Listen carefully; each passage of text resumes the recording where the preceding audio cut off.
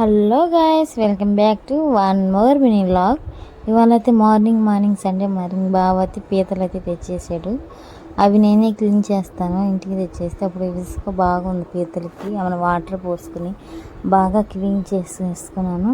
ఆ పైన డొప్ప దాంట్లో ఉండే జనం అంతా తీసేసుకోవాలి. నీట్గా క్లీన్ చేసేసుకొని మొత్తం పీతలు అనేవి గుండె జబ్బుకు కానీ జలుబుకు కానీ చాలా మంచిది. చిన్నపిల్లకాయలకు కానీ పెట్టచ్చు పీతలు అనేవి.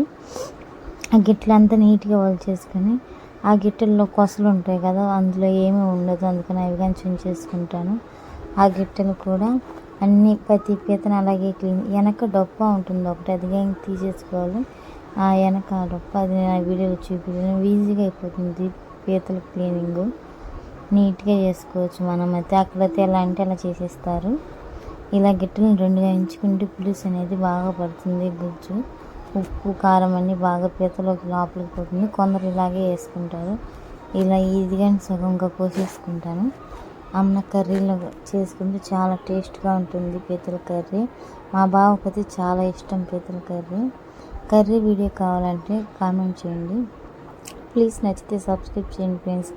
పీతలు అయితే ఇలా ఈజీగా క్లీన్ చేసుకొని కర్రీ అయితే చేసుకుంటే చాలా టేస్టీ పీతల కర్రీ అండ్ ఫిష్ పులుసు, రసము, వైట్ రైస్. ఇవాళ మా సండే స్పెషల్ ఇవన్నీ.